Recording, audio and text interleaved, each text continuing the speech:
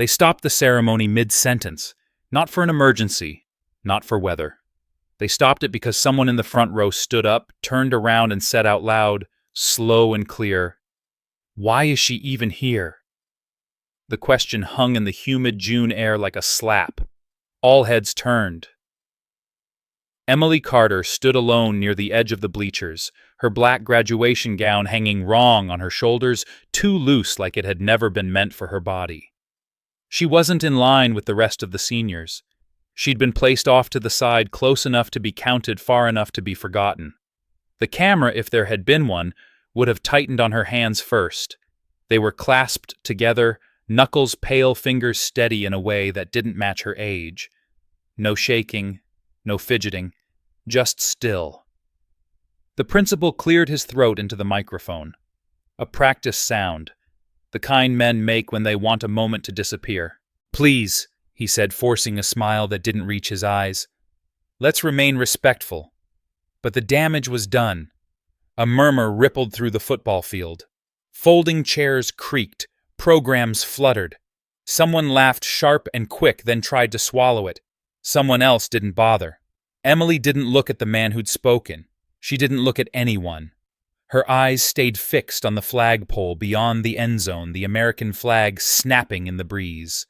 Red, white, blue. The wind was coming from the west, stronger than earlier. She noticed that.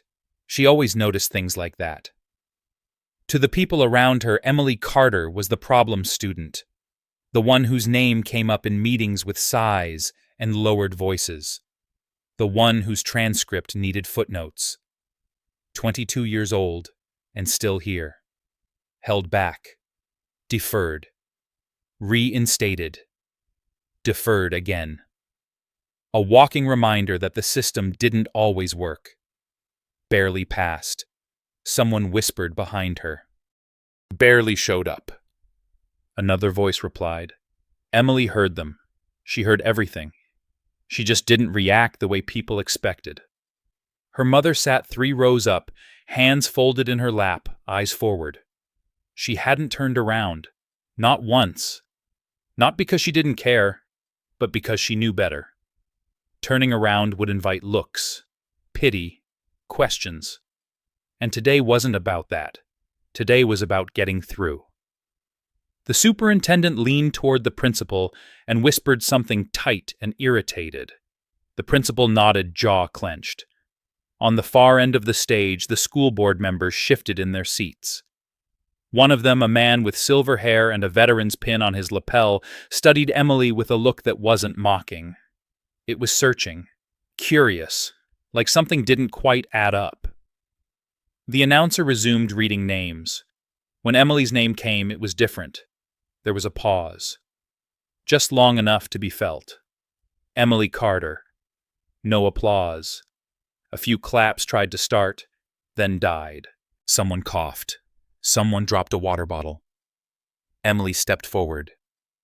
The wooden steps creaked under her weight. She moved carefully, not timidly, like someone who measured where they put their feet. Her shoes were plain, black, practical, not the heels most of the girls wore. A woman in the second row nudged her husband and whispered, "Couldn't even dress right." Emily heard that too. She reached the edge of the stage and stopped. The principal handed her the diploma cover without meeting her eyes. His fingers brushed hers, then pulled back fast, as if contact itself was uncomfortable. "Congratulations," he said quietly through clenched teeth. Emily nodded once. "Thank you, sir." Her voice was steady, lower than people expected, calm. That unsettled a few of them. As she turned to leave the stage, a man in a pressed blazer stood up near the aisle. He wasn't staff, he wasn't family. He was one of those men who always found a microphone eventually, a booster, a donor. A voice the town was used to listening to. "Just so we're clear," he said loud enough to carry, "this is what happens when standards slip." The words landed hard. Emily stopped walking. Not because she was stunned, because she was deciding whether to keep going. The silence stretched. The breeze lifted the edges of her gown. Somewhere behind the bleachers, a generator hummed. The smell of cut grass mixed with hot asphalt. Emily turned her head slightly. Not toward the man, toward the stands. She saw faces she'd known her whole life. Teachers who'd stopped calling on her. Classmates who'd learned it was safe to laugh when others did first. Parents who told their kids, "Don't end up like that without knowing who she was." And then she saw him. An older man sitting alone near the aisle wearing a faded ball cap with a unit patch stitched so cleanly it looked cared for. He wasn't clapping. He wasn't smiling. He was watching her with a focus that cut through the noise. When their eyes met, he gave the smallest nod. Not encouragement. Recognition. Emily turned back toward the steps and continued down. The ceremony rolled on, but the mood had shifted. Something tight and electric moved through the crowd. A sense that something improper had happened, even if no one could say what. Behind the scenes, a guidance counselor whispered urgently into her phone, eyes darting. The vice principal wiped sweat from his neck and muttered about liability. A local reporter adjusted his camera, drawn by the tension more than the speeches. Emily returned to her place at the edge of the field. She sat, hands resting on her knees, breathing slow. In through the nose, out through the mouth, the way she'd been taught. No one noticed the way she angled her body slightly toward the open sky. No one noticed her glance at the horizon. No one noticed the faint crease of anticipation that touched her brow and vanished. They were too busy thinking they already knew her story. They thought this was the end of something small. A girl who didn't quite make it. A footnote. A cautionary tale. They didn't know this was only the first quiet moment before everything they believed about her, about themselves, about who mattered and who didn't, was about to be tested. And they had no idea the sky was already part of that test. The heat settled in after the applause faded heavy and unmoving, like the day itself had decided to watch. Emily stayed in her seat, while others stood stretched, whispered. Her gaze drifted across the field, past the portable stage, past the banners fluttering half-heartedly in the breeze.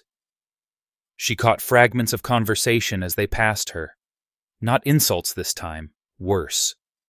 Rationalizations. She had chances. Some people just can't keep up. It's sad, really.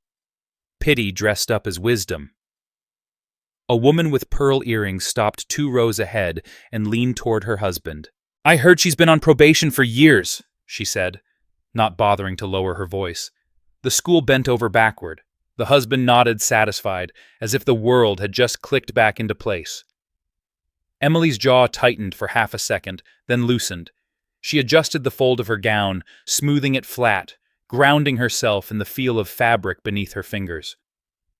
The sounds around her blurred into a low hum. That was deliberate. She'd learned how to narrow the world when it got loud. Down by the stage, Principal Hawthorne was already in damage control mode. He leaned toward the superintendent again, lips thin. "We didn't have to call her name like that," he hissed. "This was supposed to be clean." The superintendent shot him a look that said clean had never been an option.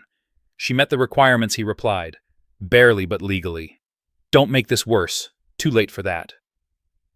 On the far sideline, a group of students gathered around their phones, thumbs flying. One of them, a tall boy with a varsity jacket draped over his shoulders, laughed and tilted his screen so the others could see. Emily's face half-turned frozen mid-step on the stage. A caption already sat beneath it. "When you peak at graduation." The likes climbed fast. Emily didn't see the post. She felt the shift instead. The way attention bent like metal under stress. She knew what it meant when a room started feeding on a single narrative. Her mother finally turned around then. She didn't look embarrassed. She looked tired. She met Emily's eyes and offered a small smile. It wasn't reassurance. It was solidarity. "We get through this, like always." Emily nodded once. A voice crackled over the loudspeaker announcing a short intermission before the final address. People rose, stretching legs, fanning themselves with programs. The field loosened, movement everywhere. Emily stood. As she stepped into the aisle, a man blocked her path. Mid-40s, crisp shirt, local real estate smile. He looked her up and down with the confidence of someone used to being listened to. "You know," he said loud enough to draw glances, "there's no shame in starting small. Plenty of places hiring. Grocery stores, warehouses, honest work." He smiled like he'd offered a gift. Emily felt the familiar flicker of anger rise in her chest. Hot. Fast. She let it crest, then pass. She met his eyes. "I'm aware," she said simply. The lack of defensiveness caught him off guard. His smile faltered. He stepped aside, suddenly unsure what role he was playing. Emily walked on. She headed toward the edge of the field, where the bleachers thinned out, where the noise softened. As she passed the equipment table, a woman with a staff badge clipped to her blouse reached out and touched Emily's sleeve.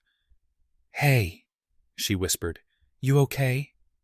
The question was real, concern without an audience. Emily paused, looked at her. "I will be," she said. The woman nodded, relieved, as if she'd been afraid of the answer. She squeezed Emily's arm and let go. Near the fence, the older man with the ball cap stood stretching his legs. When Emily approached, he tipped his head toward the sky. "Wind's picking up," he said casually. His voice was gravelly, worn smooth by time. "Storm coming later." "Feels like it," Emily replied. He studied her face. "You don't look surprised." "I read the forecast," she said. A corner of his mouth twitched. "Most folks don't." They stood in silence for a moment, watching a flag snap hard against its rope. He didn't ask her questions. That mattered. Across the field, the reporter had found his angle. He adjusted his lens, zooming in on Emily standing alone by the fence. He whispered to his assistant, "This is it. This is the story. Failure, perseverance, whatever you want to call it." He didn't notice the man beside her shift his stance, subtly placing himself just enough in the way to block the shot. The assistant frowned. "She looks calm," he said. "Shock," the reporter replied. "Give it time." Time, Emily knew, was a funny thing. People thought they owned it. The final address began. The crowd drifted back to their seats. Emily returned to her spot at the edge, the hem of her gown brushing the grass. The speaker talked about resilience, about grit, about the future belonging to those who prepared for it. The words washed over her familiar and hollow. As the speech droned on, Emily felt a vibration against her ribs. Subtle, brief. She stilled breath, slowing. It happened again. Once. Then nothing. She didn't move. She didn't reach for anything. She didn't need to. The signal wasn't meant for action yet. Just acknowledgement. She tilted her head a fraction, as if listening to something only she could hear. The older man noticed. His eyes sharpened. He said nothing. In the stands, the donor in the blazer scoffed. "What now?" he muttered to his wife. "She's bored." His wife shushed him, eyes glued to the stage. The speaker wrapped up to polite applause. The choir took their place.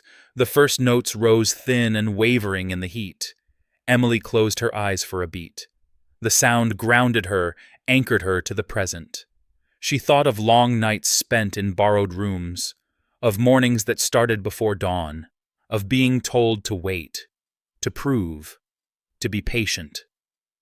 She thought of the cost of all of it, counted not in money, but in distance, from friends, from normalcy, from a version of herself that might have been easier to explain. The vibration came again, stronger this time. 2 short pulses, a pause, 1 longer pulse. The older man exhaled slowly. Emily opened her eyes. Far off beyond the tree line, a low sound threaded its way through the air. Not loud, not yet. easy to mistake for traffic, for wind, for imagination. A few heads turned. "What's that?" someone asked. Emily didn't look up. She didn't smile. She didn't move at all. Her shoulders squared, almost imperceptibly, the way they did when she prepared to stand her ground. Whatever was coming wasn't here to save her. She didn't need saving. It wasn't here to punish anyone either. That wasn't how things worked. It was simply moving toward its mark, indifferent to the stories people told themselves.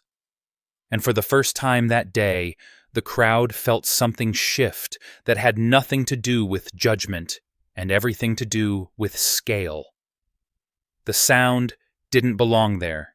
It wasn't music. It wasn't thunder. It wasn't the distant rumble of a truck on the highway. It was deeper than that layered, deliberate oppressor that slid under the skin before the ear could name it. A low pulse that made the aluminum bleachers hum and the loose banners twitch. People shifted. Conversations faltered. A few laughed nervously the way people do when they're embarrassed to be afraid. Emily stayed still. The choir faltered mid-phrase. The director tried to pull them back in with a sharp wave of his hand, but their voices thinned, then broke apart entirely. The principal glanced over his shoulder toward the horizon, irritation creasing his brow. He leaned into the microphone, tapped it once. "Please remain seated," he said too quickly. "There's no cause for concern." No cause, he told himself. This was a town that liked explanations. Traffic, construction, training exercise, something ordinary that fit neatly into a box. The sound swelled. A woman near the front clutched her program tighter. "That's not weather," she whispered. Her husband didn't answer. He was already on his feet, shading his eyes with his hand. Emily inhaled slowly. The smell of hot grass sharpened. Dust lifted in thin curls along the edge of the field. The flag snapped hard against the pole, straining at its rope. Behind the stage, the superintendent barked into his phone. "Do we have a permit for anything today?" he hissed. "Anything at all." The answer on the other end didn't calm him. His face went pale, then flushed. The real estate man laughed again, louder than before. "Relax," he said, waving a hand. "Probably a flyover for the county fair." He didn't sound convinced. His eyes kept drifting upward. The older man by the fence shifted his weight feet, shoulder-width apart, like he was bracing against a coming wind. He didn't look surprised. He looked focused. Emily felt the vibration again, steadier now, like a held breath finally released. Her heart rate stayed low. That surprised her a little. She'd expected nerves, a spike. Instead, there was only clarity, sharp and bright, cutting through the haze of the afternoon. The sound broke into definition. Rotors, not one, several, staggered, controlled. A ripple of gasps moved through the stands as dark shapes emerged above the trees, distant but unmistakable. They weren't flying low. They weren't performing. They moved with the calm precision of something doing exactly what it was meant to do. "Is that military?" someone asked. No one answered. Phones came up in unison. Screens glinted in the sun. The reporter's camera swung toward the sky, his mouth open now, words forgotten. The assistant whispered, "This wasn't on the schedule." The principal stepped back from the microphone as if it had burned him. He looked to the school board. They looked anywhere but at him. Emily finally lifted her gaze. The aircraft held their line, a disciplined formation, cutting across the open sky. Not a show. A passage. The sound pressed down on the field, flattening the chatter, stripping the moment bare. Conversations died. Laughter evaporated. Even the children stopped fidgeting. The man who'd questioned her place in the ceremony sat down slowly, his bravado leaking away. His wife's hand trembled as she reached for his arm. Emily stood. Not abruptly, not defiantly. She rose like it was the most natural thing in the world, smoothing the front of her gown as she did. The movement drew eyes. One by one, people noticed her. the way she faced the sound, the way her shoulders aligned, her chin lifted. The older man watched her closely now. His expression softened just a fraction. Respect unguarded. The real estate man scoffed, but it rang hollow. "What now? She's standing for the anthem," he muttered. No one laughed. The aircraft passed overhead, not directly above the field, but close enough that the air thickened, close enough that the sound vibrated through ribs and teeth. The banners snapped hard. Programs tore free from laps and skittered across the grass. A woman shrieked as her hat lifted and spun away. The principal shouted something unheard. Emily didn't flinch. She reached up and adjusted the collar of her gown, a small, habitual motion. To most, it meant nothing. To the older man, it meant everything. His breath caught. He straightened instinct overriding age and stiffness, and brought his hand up in a crisp salute, held just long enough to be certain. Emily saw him. She didn't return it. Not yet. Her eyes stayed forward. The aircraft continued on their path, the sound cresting then easing as they moved past. The sudden absence left a ringing in the ears, a stunned quiet that felt louder than the noise had been. People exhaled shaky. "What was that?" someone whispered. The superintendent's phone rang. He stared at it like it might explode, then answered, voice tight. "Yes," he said. "Yes, this is him." A pause. His shoulders sagged. Understood. The reporter found his voice again. "Ladies and gentlemen," he murmured, "camera rolling. Something unexpected is happening here." Emily sat back down. That more than anything unsettled them. She didn't bask. She didn't look around to see who was watching. She folded her hands in her lap and waited. The crowd buzzed now, speculation crackling like static. Military exercise, Air National Guard. A coincidence. Anything to keep the moment from tipping into meaning. A woman a few seats over leaned toward Emily, her tone suddenly careful. "Do you know anything about that?" she asked, forcing a smile. Emily met her eyes. "I know what I'm allowed to," she said. The woman swallowed. "Oh." Down by the stage, the principal returned to the microphone, voice strained. "We'll be taking a brief pause," he announced. "Please remain calm." His eyes flicked to Emily, then away, as if looking too long might invite something he didn't want to face. The older man stepped closer to Emily's row, lowering his voice. "You doing all right?" he asked. She nodded. "Yes, sir." He studied her face, the lines around his eyes deepening. "They don't know," he said. "No," Emily replied. "They don't." He huffed a quiet, humorless laugh. "They never do." Across the field, a pair of security officers spoke urgently into their radios, scanning the sky, then the crowd. One of them glanced at Emily, frowning, then looked away, unease prickling his posture. The sound returned briefly, a distant echo, now fading into the afternoon. The air settled. The heat crept back in. But something fundamental had shifted. People sat differently, straighter, quieter. Conversations lowered, threaded with uncertainty. The easy cruelty of earlier felt out of place, now exposed by a scale they hadn't considered. Emily breathed out slowly. She felt the weight of the moment press in, not as fear, but as responsibility.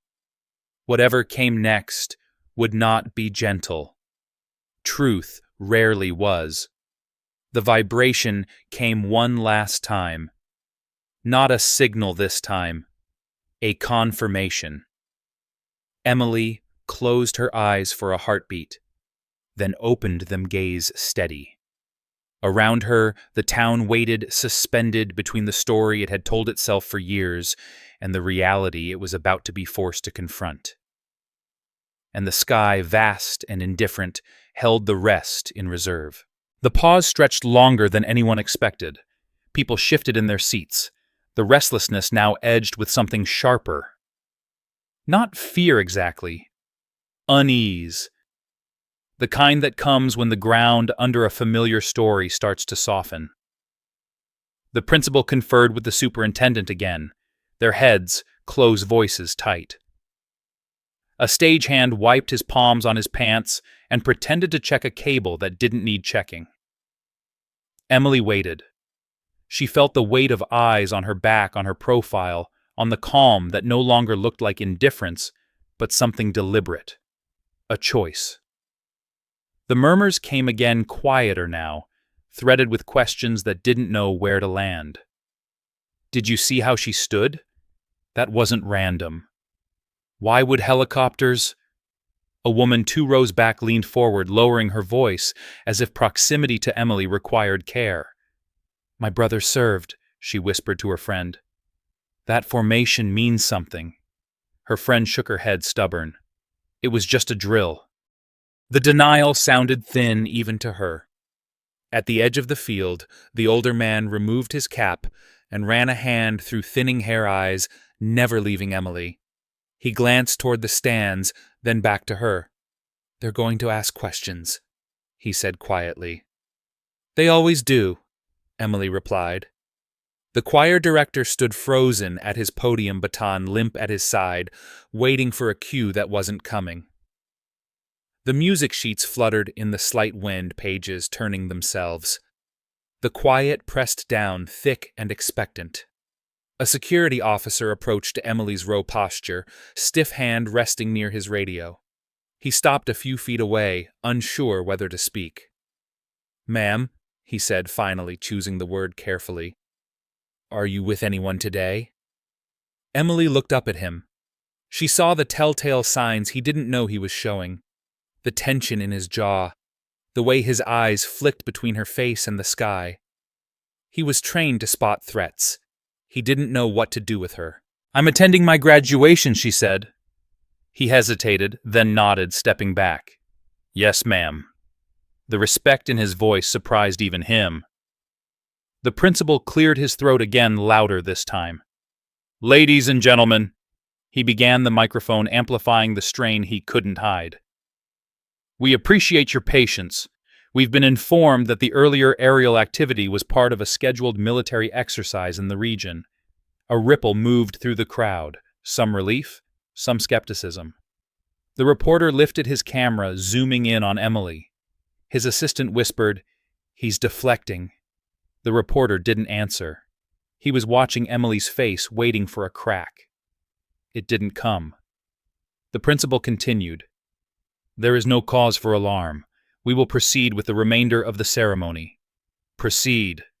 As if the air itself hadn't been rearranged. Emily stood again. This time the movement sent a visible shiver through the stands. Heads turned in unison. Conversation stopped mid-word. The principal faltered his speech, trailing off as he watched her step into the aisle. She didn't walk toward the stage. She walked toward the fence, toward the narrow service gate that led to the parking area beyond the field. It wasn't dramatic. It was purposeful. Where's she going? Someone hissed. A woman stood clutching her purse. Is she allowed to leave? The older man fell into step beside Emily, matching her pace. You don't owe them anything, he said under his breath. Emily didn't slow. I know. A school board member rose, flustered. Excuse me, she called out, voice too sharp. Miss Carter, you need to return to your seat. Emily stopped and turned. The board member faltered at the look in her eyes. Not anger, not defiance, assessment, as if Emily were measuring the weight of the words and finding them lacking. I've fulfilled my obligation, Emily said. I walked, I stayed, I listened. She paused, letting the words settle. Now I'm stepping away. The board member opened her mouth, then closed it. Applause threatened to start, then died, people unsure whether clapping would be a mistake. At the service gate, 2 men waited. They hadn't been there earlier. Both wore plain clothes that didn't draw attention until you looked too closely. One was tall, broad-shouldered, his movements economical. The other, had the easy posture of someone comfortable in crowds. They watched Emily approach, expressions neutral. The older man by Emily's side slowed. "That's your people," he said softly. Emily inclined her head. "Yes, sir." The taller man opened the gate without a word. The metal creaked loud in the hush. Emily stepped through. The other man followed, positioning himself just enough to block the view without making a show of it. Gasps rippled. Phones rose higher. The reporter broke into motion, angling for a shot through the chain-link fence. The principal hurried forward, his composure cracking. "You can't just leave," he protested, voice climbing. "This is enough," said a new voice. It carried without a microphone. Calm, controlled. It belonged to a woman who had appeared at the edge of the field, her hair pulled back, posture precise. She wore a simple jacket, unadorned, and the kind of confidence that didn't ask permission. "I'm Captain Laura Mitchell," she said, addressing the principal, the board, the crowd. "United States Army Reserve." She didn't raise her voice. She didn't need to. The principal's mouth opened. No sound came out. Captain Mitchell continued. "Emily, Carter has complied with all educational requirements as stipulated under federal protections for reservists. Any further attempt to impede her departure would constitute interference." The word interference landed heavy. A murmur swelled, then stilled. The board member who had spoken earlier sank back into her seat, face flushed. Emily paused just beyond the gate and turned back to the field. She scanned the faces, letting herself see them clearly now. The donors, the teachers, the parents, the students. The mixture of confusion, embarrassment, curiosity, the old judgments scrambling to rearrange themselves. Her mother stood, not hurried, not panicked. She pressed a hand to her mouth, eyes shining, and nodded once. Emily felt the tightness in her chest ease. Captain Mitchell stepped closer to Emily, lowering her voice. "Transportation's waiting," she said. "Your unit will brief you en route." Emily nodded. "Thank you." Behind them, the distant thrum returned, faint but unmistakable. Not overhead this time. Beyond. Approaching. The crowd stirred again, drawn by instinct toward the sound. Heads tilted upward. The sky remained clear, empty for the moment, holding its secrets. The older man by the fence straightened, squared his shoulders, and raised his hand in a salute that was crisp despite the years. This time Emily returned it. Brief. Perfect. He exhaled, eyes wet, a smile breaking through at last. As Emily walked away from the field, the noise of the ceremony fell behind her. The applause that finally started didn't chase her. It stayed where it belonged, tangled in regret and realization. She didn't look back again. Ahead, the day opened up wide and uncertain and real. And behind her, a town sat with the knowledge that the story it had clung to was no longer enough to explain the woman who had just walked out of its frame. The parking lot shimmered in the heat asphalt, breathing up the smell of oil and dust, as if the ground itself were tired. Emily walked between the two plainclothes soldiers without hurry. Each step felt deliberate, measured against years of being told to wait, to explain, to justify. The chain-link fence fell behind them, and with it the low roar of voices that had not yet decided how to feel.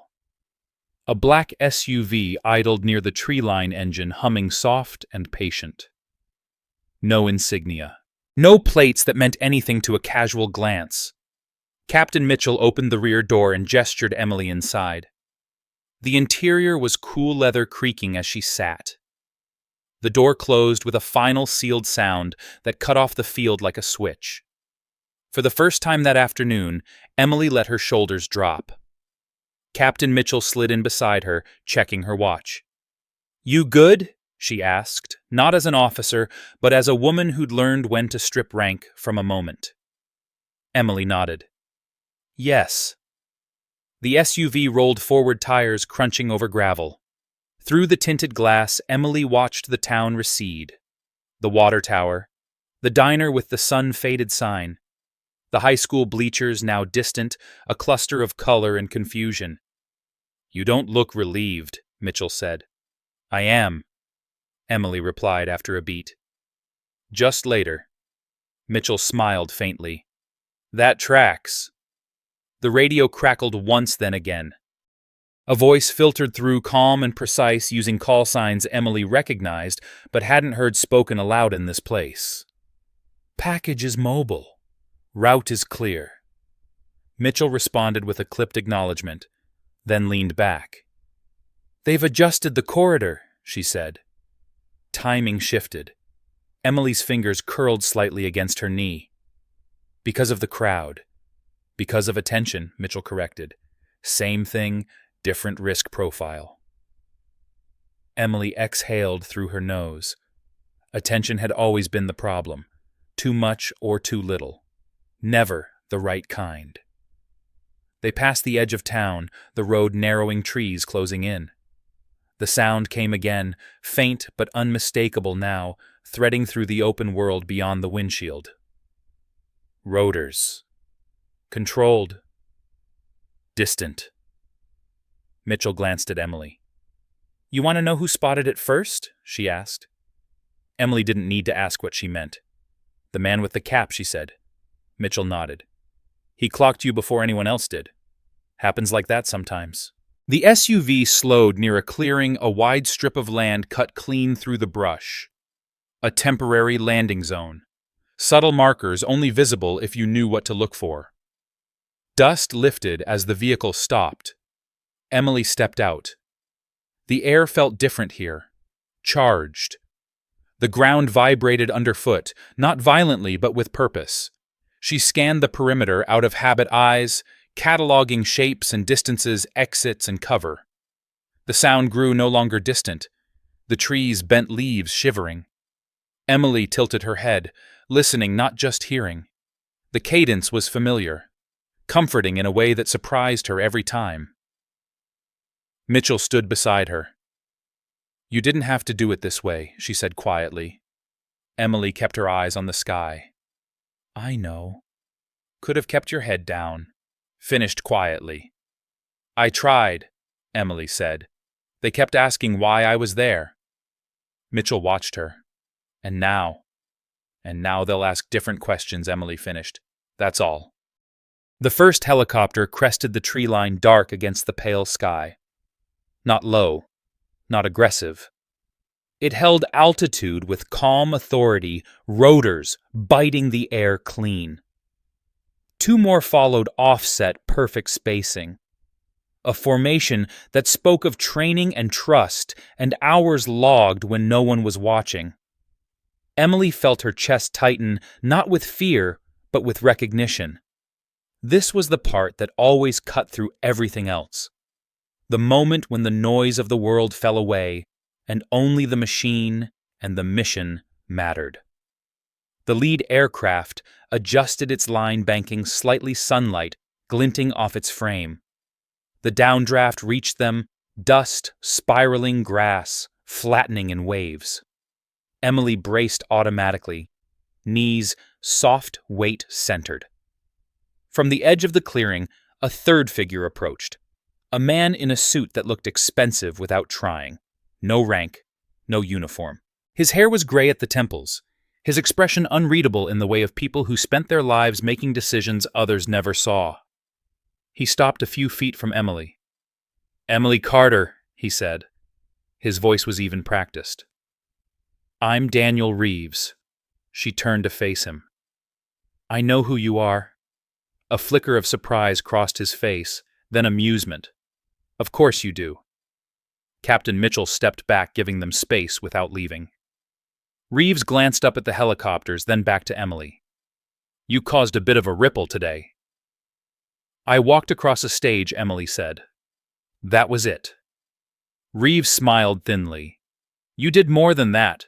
You forced a system to notice what it prefers to overlook." Emily studied him. "That wasn't the goal." "No," Reeves agreed.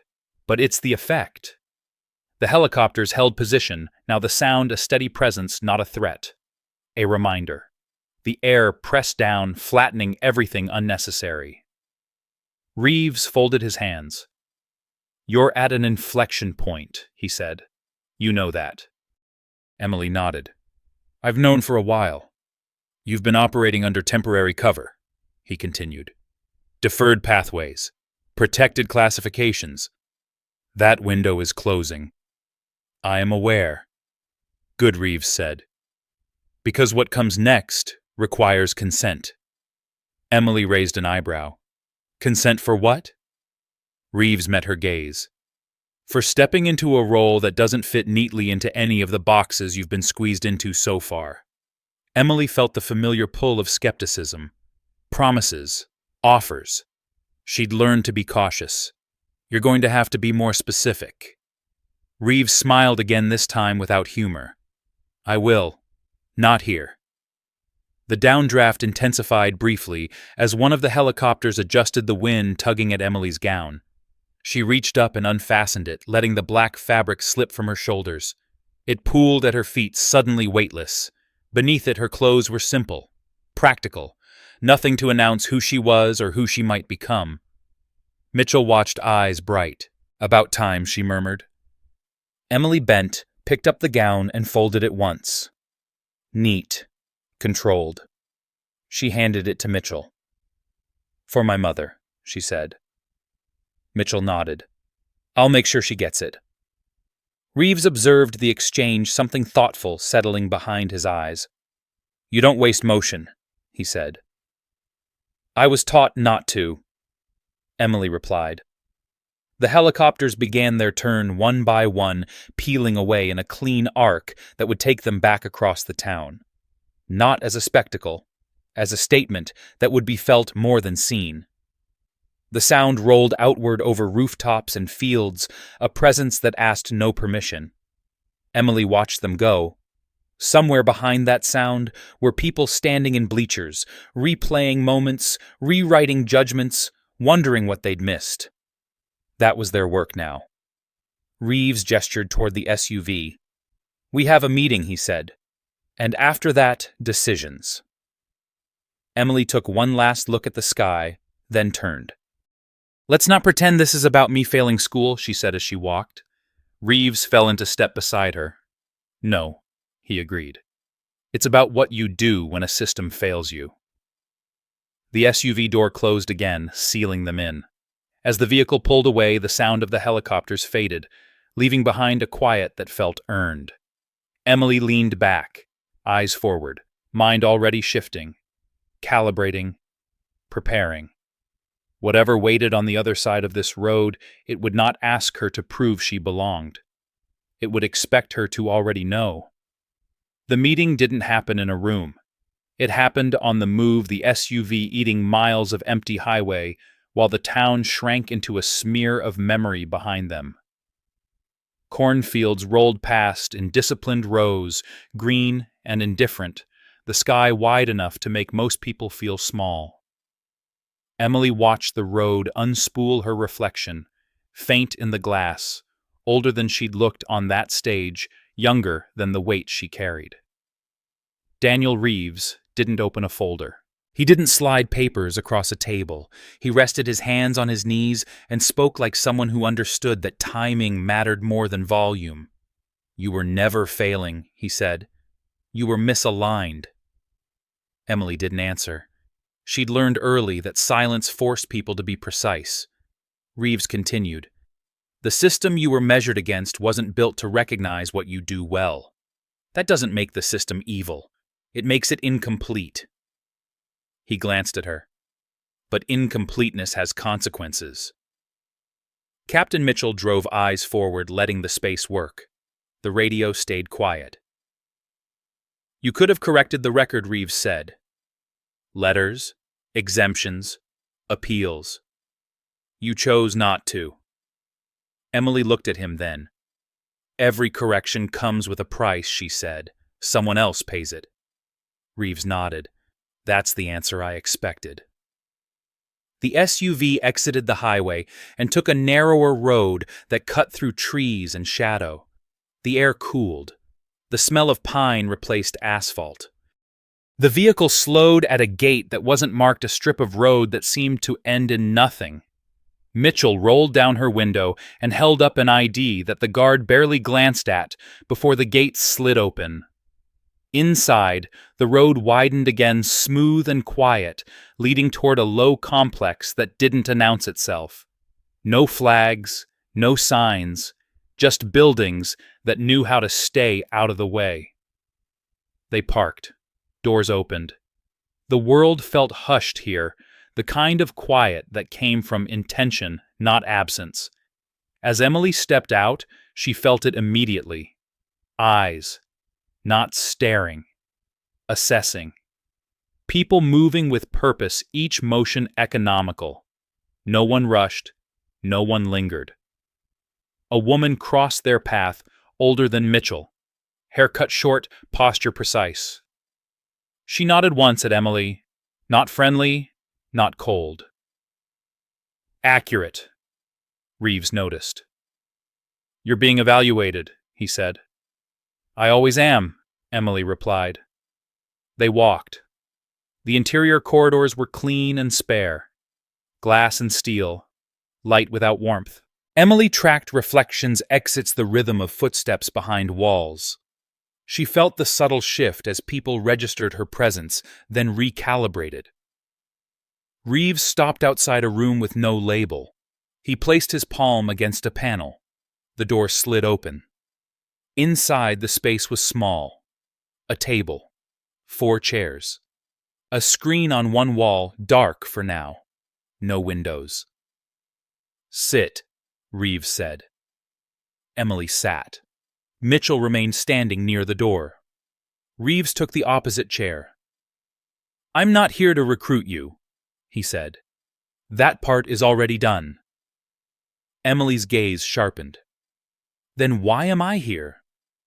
Because alignment doesn't stop at aptitude, Reeves replied. It extends to choice. The screen flickered to life. Images appeared. Not dramatic, not classified looking. Mundane almost. A map, shipping routes, weather patterns, infrastructure nodes, the kind of things most people never noticed until they failed. This is where you've been working, Reeves said. Indirectly, quietly. Your work intersects here, here, and here. He gestured. You see problems before they exist. Emily studied the screen. She recognized the patterns, the gaps, the places where pressure would build. Someone else sees this too, she said. Yes, Reeves agreed. But they see it as an opportunity. He tapped the screen. A new image appeared. A town not unlike the one she'd just left. A school, a factory, a rail line. The next phase isn't about machines, he said. It's about people. How systems fail them. How resentment grows in the blind spots. Emily leaned back slightly. You're talking about influence. I'm talking about leverage, Reeves corrected. The kind that doesn't announce itself. Mitchell shifted her weight. Emily caught the movement. A tell. Reeves followed her gaze. Captain Mitchell didn't bring you here by accident, he said. She vouched for you. Emily looked at Mitchell. Why? Mitchell met her eyes. Because you don't confuse obedience with loyalty, she said. And because you know when to walk away. The room settled around that.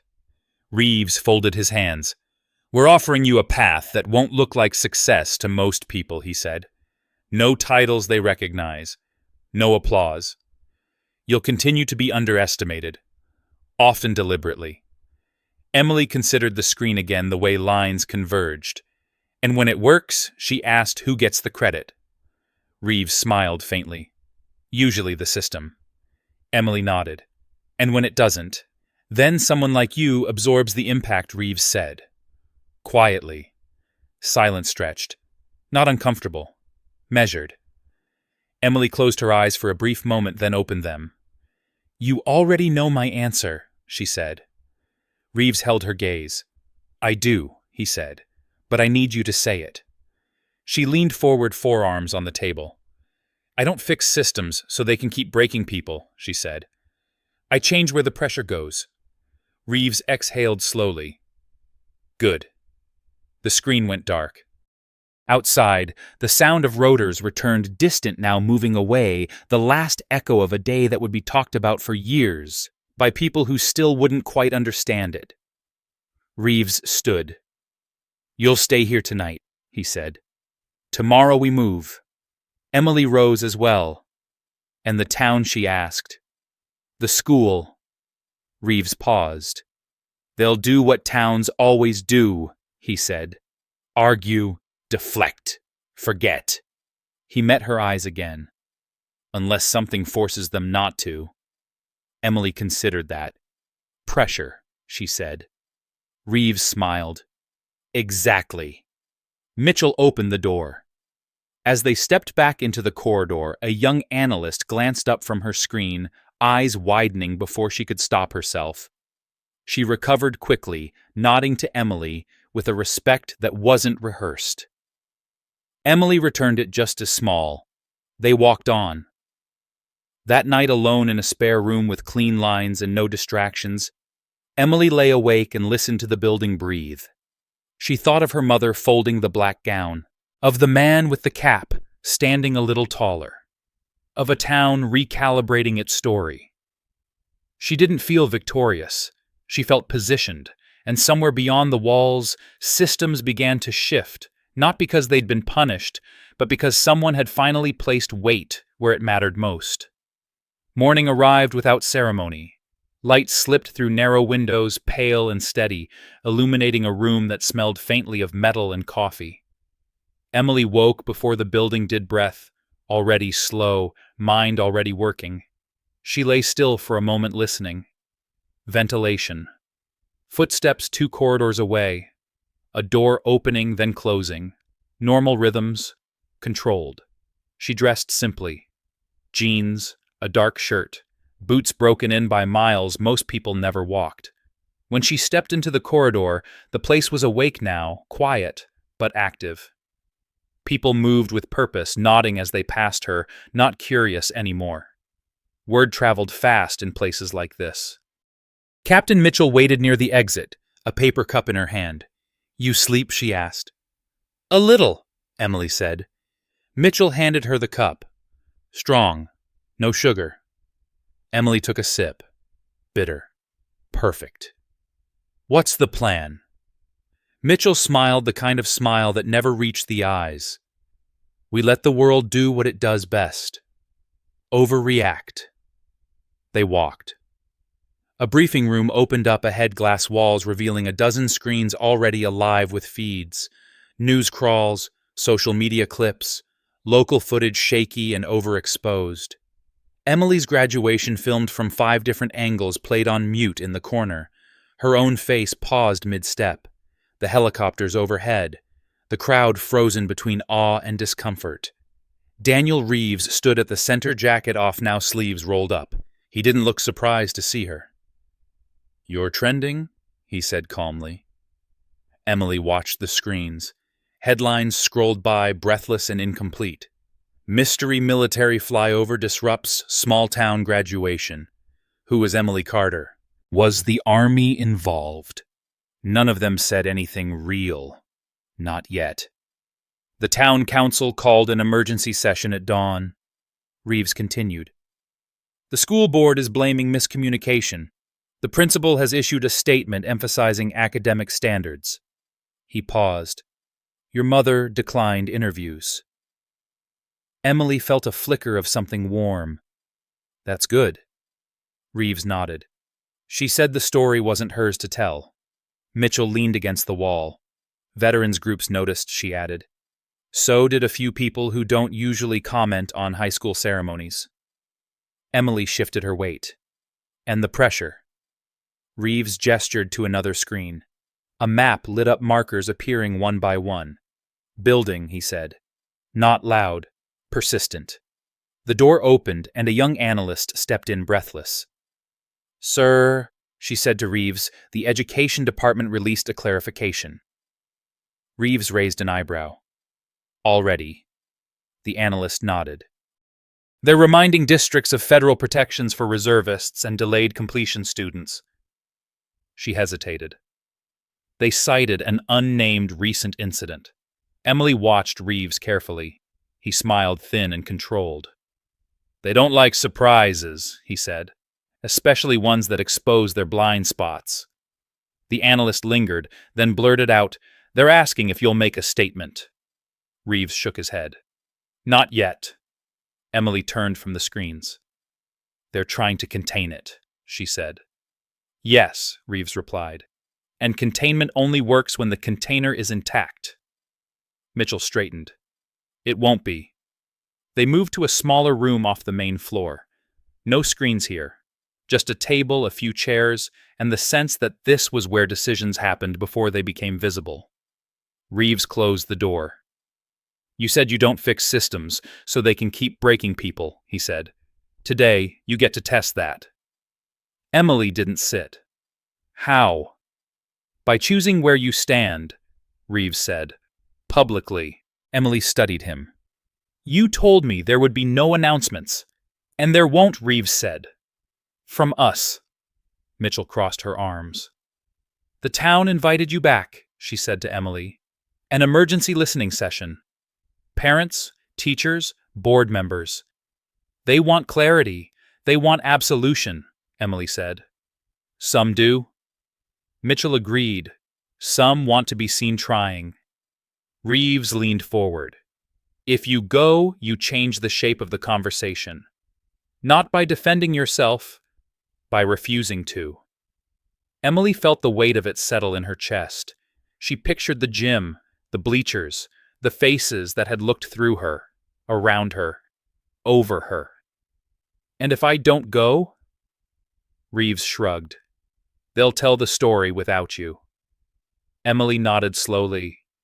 "Then, I go." Mitchell's mouth curved into something like approval. "Transportation's ready." The drive back felt different. Not longer, sharper. Emily watched the landscape slide past familiar now in a way it hadn't been yesterday.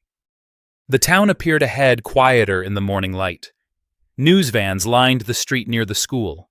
People gathered in knots, phones out, voices low. The SUV stopped short of the entrance.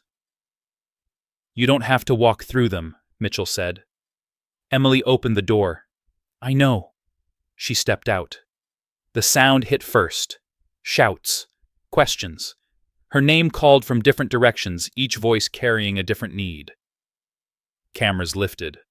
Microphones extended like offerings. Emily walked forward. Not fast, not slow. She didn't look at the cameras.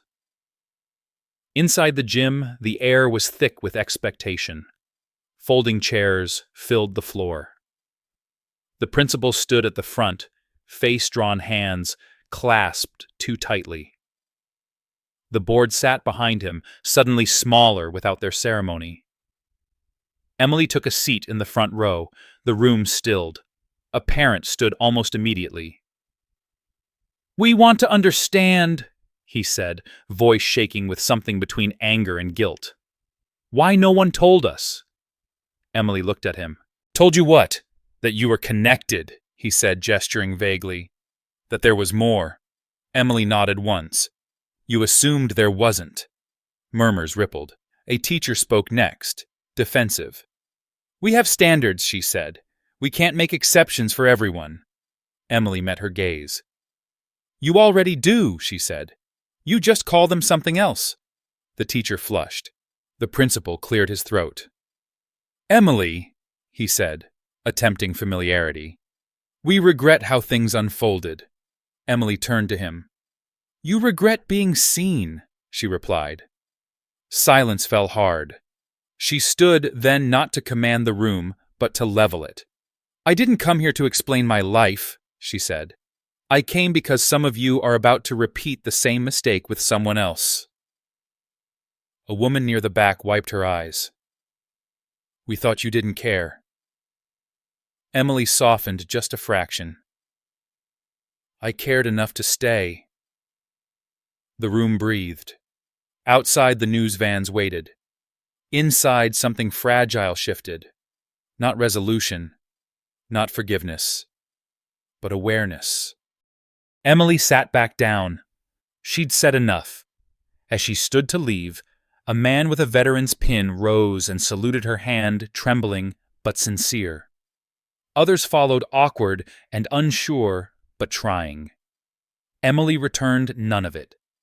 She walked out into the daylight, the noise rising again, but changed. Less sharp, less certain. Back in the SUV, Mitchell exhaled.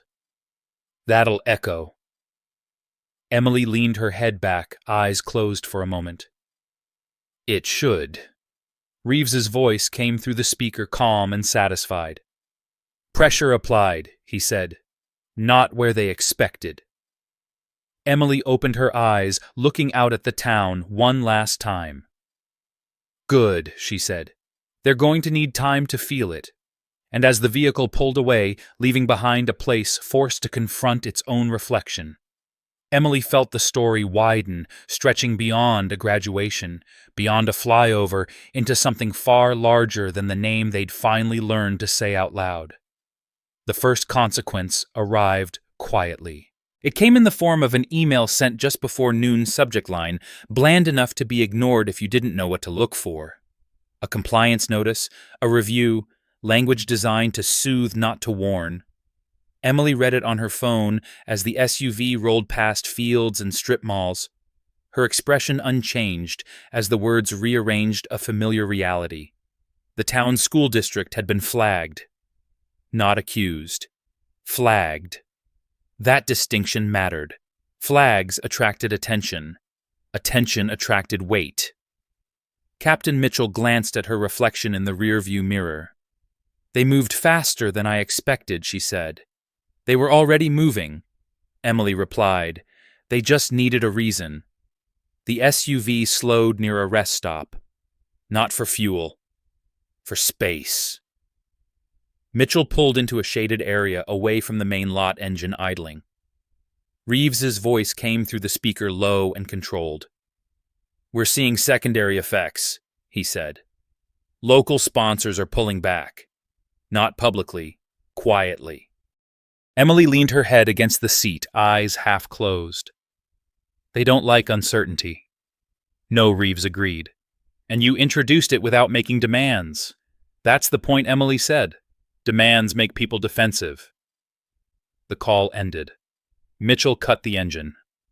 For a moment, there was only the sound of cicadas and the distant hiss of traffic. Emily stepped out, stretching her legs. The sun was high now, unforgiving. She stood at the edge of the pavement, watching a family load snacks into their car, unaware of how close the world's machinery sometimes turned. Her phone buzzed again.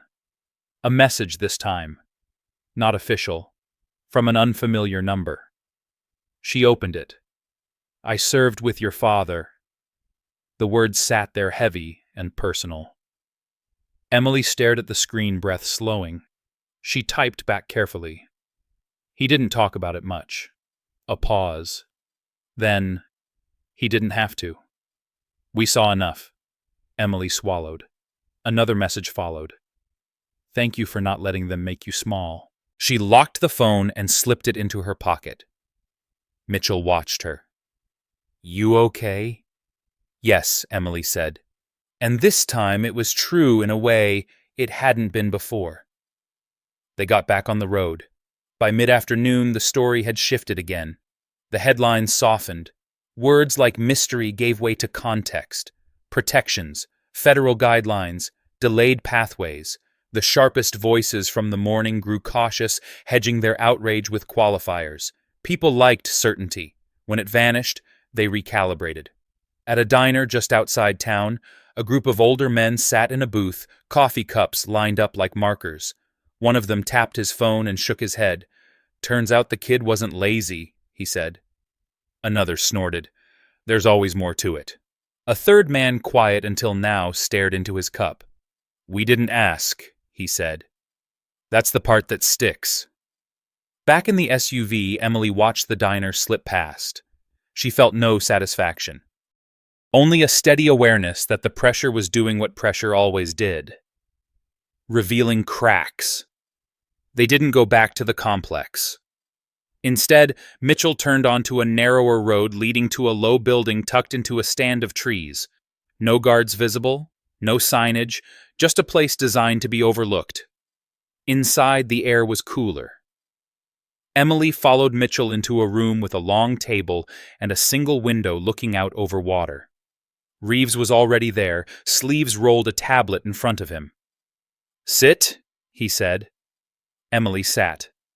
"The district requested guidance," Reeves continued. "They're asking how to handle students with non-traditional timelines." Emily raised an eyebrow. "They didn't ask that yesterday." "No," Reeves said. "Yesterday they asked how to protect their image. And today they're afraid of repeating the mistake." Emily considered that. Fear doesn't last. No, Reeves agreed. But it opens doors. He slid the tablet toward her. On the screen was a draft memo. Language careful. Recommendations framed as support. Options rather than mandates. "You wrote this?" Emily said. "I edited it," Reeves replied. "You inspired it." Emily scrolled. "It's still optional. For now." She handed the tablet back. "They'll comply if it's easier than not complying." Reeves smiled. "Exactly." Outside, the water moved slowly, indifferent to human systems. Emily watched the light ripple across its surface. She felt the fatigue now creeping in at the edges. Not exhaustion, the deeper wear that came from sustained attention. Mitchell noticed. "You can step back," she said quietly. "For a while." Emily shook her head. "If I step back now, they'll fill the space with noise." Reeves leaned forward. "Then we adjust the pace," he said. "Not the direction." A knock came at the door. A woman entered, hair pulled back, eyes sharp. "We've got a development," she said. The principal submitted his resignation. Emily looked up. "Voluntary." The woman nodded. "Effective immediately. Cited personal reasons." Reeves exhaled. "That will satisfy some." "And anger others," Emily said. "Yes," Reeves replied. "Which is useful." The woman hesitated. "There's more." A teacher came forward. She documented concerns about how students with deferred status were discussed in meetings. She kept notes. Emily closed her eyes for a brief second. When she opened them, her voice was steady. "Protect her." "We are," the woman said. "She asked not to be named." "Good," Emily said. "She shouldn't have to carry this alone." The woman left. The room settled again. Mitchell watched Emily closely. "You didn't plan for this," she said. "No," Emily agreed. "But I prepared for it." Reeves stood. "That's the difference," he said. "Planning assumes control. Preparation accepts uncertainty." Emily rose as well. She felt the weight of the day in her bones, but also a strange lightness. Something had shifted not just around her, but within. The sense of being acted upon had given way to agency. As they walked back to the SUV, her phone buzzed once more. A notification from the local paper, an opinion piece this time. The headline stopped her. "We failed her first." Emily read the first line, then the second. She didn't finish it. She didn't need to. The acknowledgement existed. That was enough. She looked up at the sky, clear and wide, and felt a familiar pull. Not toward escape, toward engagement, toward the long work that followed moments like this, when attention faded and systems reverted unless someone stayed. Mitchell opened the door for her. "Next stop," she said, "is wherever you decide." Emily got in, settling into the seat, gaze forward. Then, "Let's not waste the momentum," she said. The engine turned over. The vehicle pulled away, leaving behind a town in the early stages of reckoning, and carrying with it a woman who understood that the hardest part wasn't being seen. It was deciding what to do once you were. The backlash didn't announce itself with sirens or statements. It arrived sideways through comment sections and call-in radio shows, through half smiles and carefully phrased concern.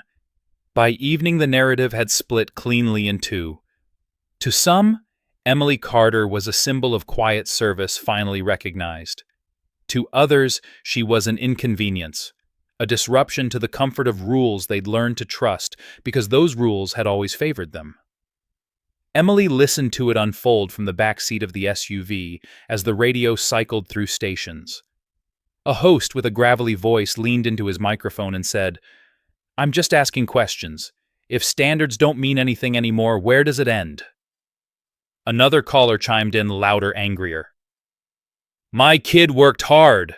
Why does she get special treatment?" Mitchell switched the radio off. "Let them talk," Emily said. "Talking burns energy." Reeves's voice came through the speaker a moment later, steady as ever. "They're organizing," he said. "Not formally. Parent groups, alumni boards. They're framing it as a defense of merit." Emily watched the road. The sun dipped low, throwing long shadows across the pavement.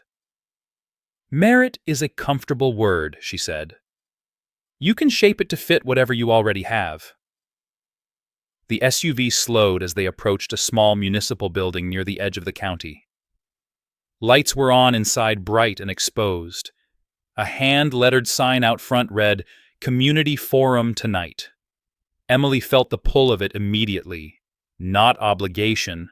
Gravity. "They didn't invite you," Mitchell said. "I know," Emily replied. Inside, the room buzzed with restrained heat. Folding chairs packed tight. People leaned toward one another, voices low but urgent. The air smelled of coffee and paper and the faint tang of anger that hadn't yet found a target. Emily entered quietly.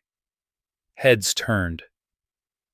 A ripple moved through the room, whispers darting like minnows. Someone gasped. Someone scoffed.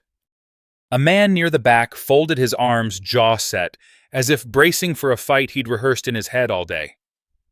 The moderator, a city clerk with tired eyes, froze mid-sentence.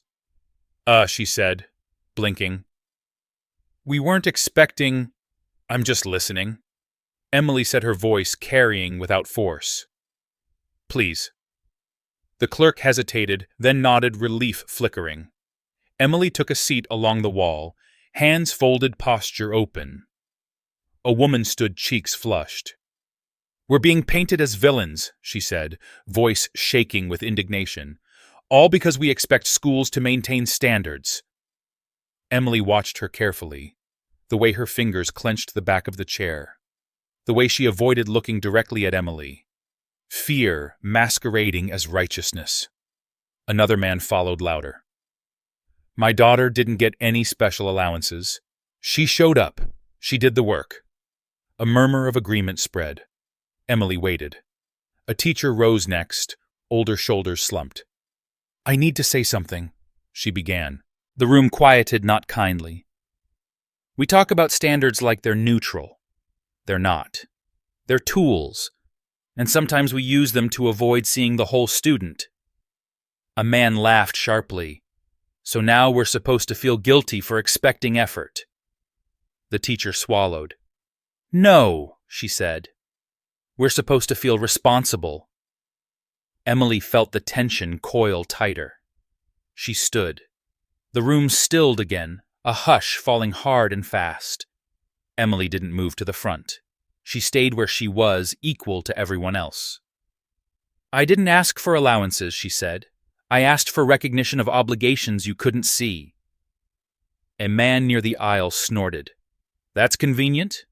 Emily met his eyes. Convenience is deciding someone's worth based on what fits neatly on paper. He opened his mouth, then closed it. Another voice cut in sharp. "If you were so capable, why didn't you just explain yourself?" Emily exhaled slowly. Because explanation isn't owed to people who've already decided. Silence followed heavier this time. "I'm not here to take anything from your children," Emily continued. "I'm here to make sure the system doesn't quietly discard the ones who don't move through it in straight lines." A woman near the front wiped her eyes. "My son's in the guard," she said softly. "They told him to choose. School or service." Emily's gaze softened. "He shouldn't have to," she said. The clerk cleared her throat, hands shaking. We didn't know how to handle cases like that." Emily nodded. "Neither did I." At first, the man who'd laughed earlier shifted in his seat. His voice, when it came, was quieter.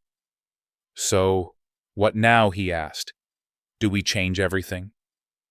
Emily considered the room.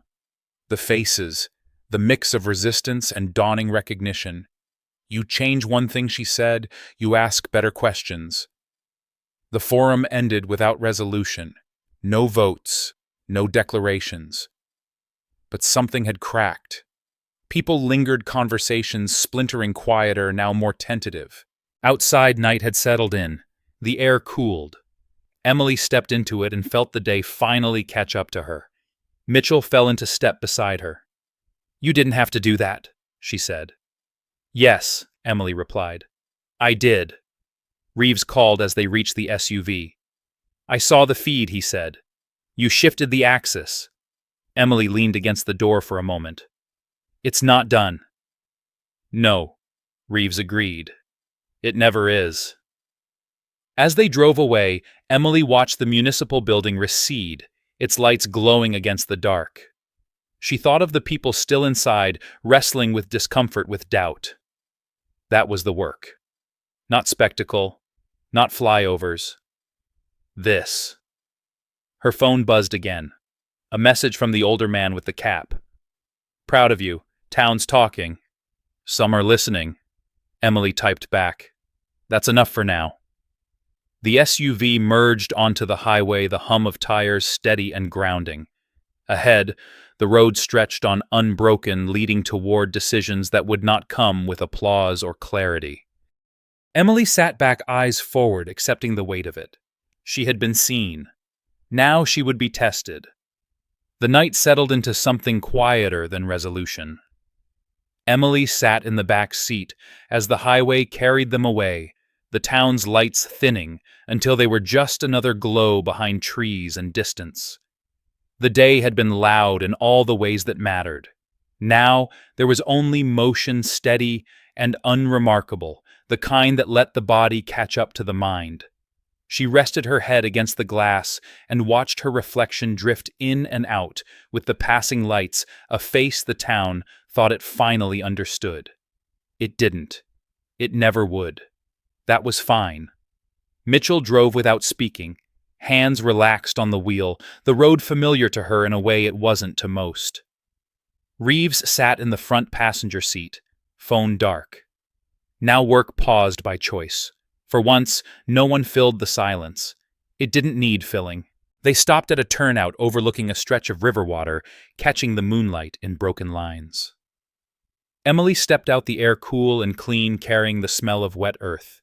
She leaned against the guardrail and listened. No rotors, no engines. Just water moving where it always had, indifferent to human urgency. Reeves joined her, keeping a respectful distance. "You closed a loop today," he said. Emily shook her head. "I opened one." He smiled faintly. "That's usually better." She thought of the faces in the gym. The man whose anger had softened into confusion. The woman who'd said her son was in the guard. The teacher who'd finally spoken out loud what she'd been carrying alone. None of it felt finished. It felt started. "My mother will be home by now," Emily said. "She'll make tea. Sit at the table. Let the quiet settle." "She raised you well," Reeves replied. Emily didn't answer. She watched the river for a long moment, then straightened. "What happens next doesn't need my name on it," she said. "It needs time." Reeves nodded. "We'll give it time. and structure. Mitchell cleared her throat from behind them. We should move. They got back into the SUV and rolled on. The road curved, climbing the horizon opening. Somewhere ahead, work waited that wouldn't trend or draw cameras. Emily felt the familiar readiness settle into place. Not excitement. Readiness. By the time they reached the outskirts of the city, the story had shifted again. The headlines grew less breathless, more careful. Policy language replaced spectacle. Districts issued reminders. Boards scheduled reviews. The machine adjusted slowly, begrudgingly, because pressure had been applied where it counted. Emily read without comment. She knew how this went. Systems didn't apologize. They adapted and called it improvement. At a stoplight, a car pulled up alongside them.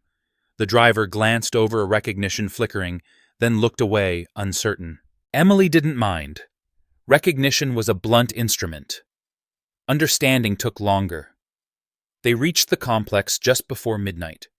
The building was quiet, lights dimmed, movement minimal. Emily stepped inside and felt the shift again, the subtle recalibration as people registered her presence and returned to their work.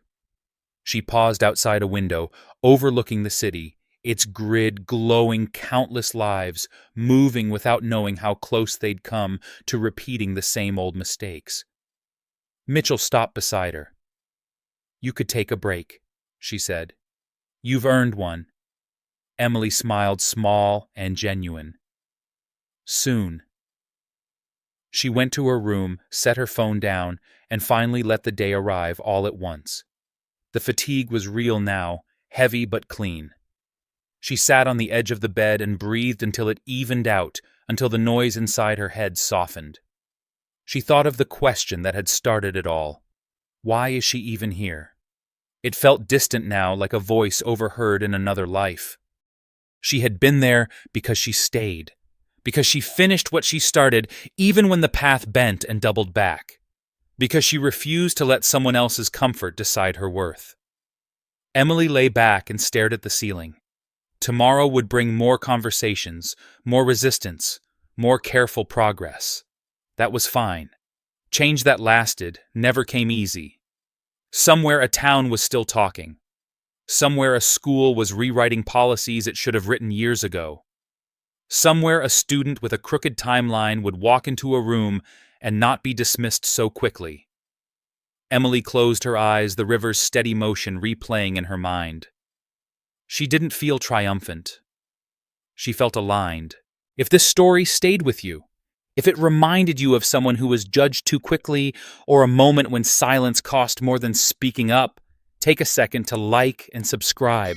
So these stories keep finding their way to the people who need them, and share your thoughts in the comments with 3 simple words. Tell your story.